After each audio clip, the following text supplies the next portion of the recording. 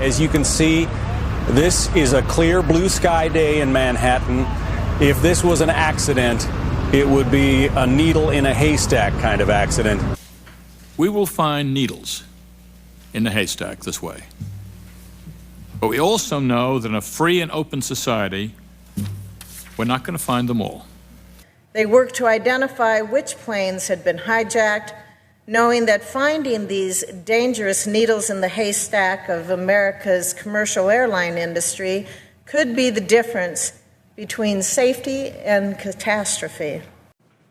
It makes it sometimes difficult for law enforcement to find that needle in a haystack.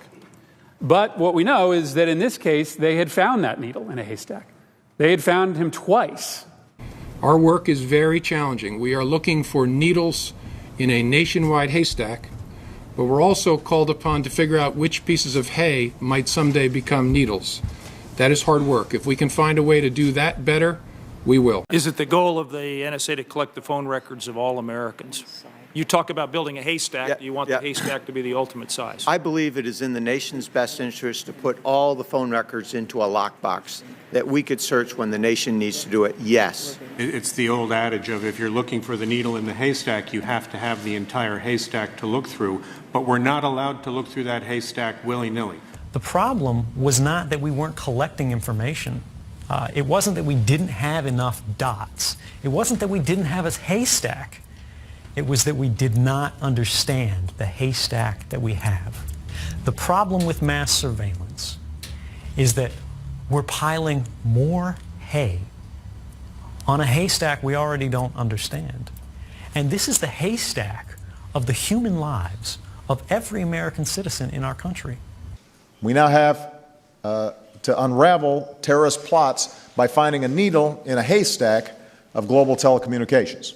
So the challenge for the intelligence community, and specifically FBI and CIA, is how to find those needles in not just one haystack, but thousands of haystacks without infringing upon civil liberties and privacy of individual citizens. Our new intelligence challenge is finding the right needle in a skyscraper-sized haystack of needles. Put differently, Section 215 helps us find the needle in a haystack. But under the USA Freedom Act, there may not be a haystack to look through at all. I would make the argument that we spend so much time getting the haystack bigger and bigger and bigger that we can't find the needle because the haystack's too darn big. I want to applaud the FBI, Secret Service, the Department of Justice, the U.S. Attorney's Office for the Southern District of New York, the NYPD, and all law enforcement throughout the entire country, incredible partners.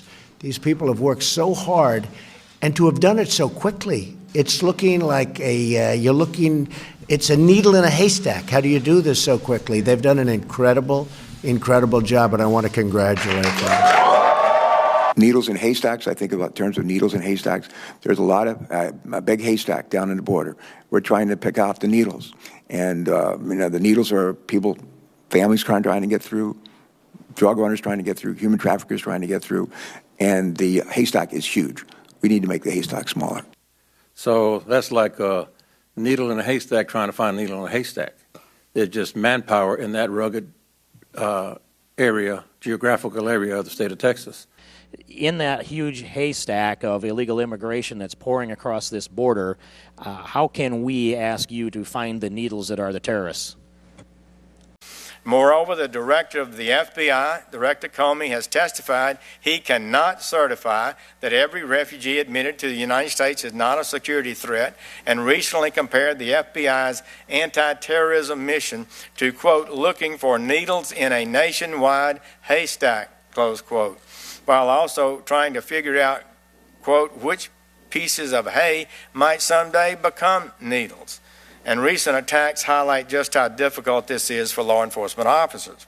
And so when I look at this, I think we're talking about a huge haystack of humanity. And that hay is benign, relatively speaking, but in that haystack are the needles called terrorists. And the proposal that's coming from the administration is that we are so professional that we can examine all of that hay and we can identify any of the needles in it, terrorists, and we can sort the needles out of the haystack and somehow prevent them from coming into America. We're not putting them down to Gitmo where they belong, but not let them come into America. And then this haystack will be benign and it can become part of our culture and society and it'll assimilate into the broader American civilization. That's nuts to think that. And furthermore, even if it wasn't, then I'd say to you the benign hay that now you've envisioned that we've already purified and cleaned the needles out of, now that hay never, ever morphs into a needle, a terrorist. We often describe it, and it's absolutely accurate, that these people are looking for a needle in a haystack. And it's not just any needle. It's a needle that has very clear, identifiable characteristics. So in order to confront this threat effectively, we have to purge ourselves of the practice of political correctness when it goes so far that it interferes with our rational and intellectually honest analysis of the identifying characteristics that help us to discover that these killers in advance.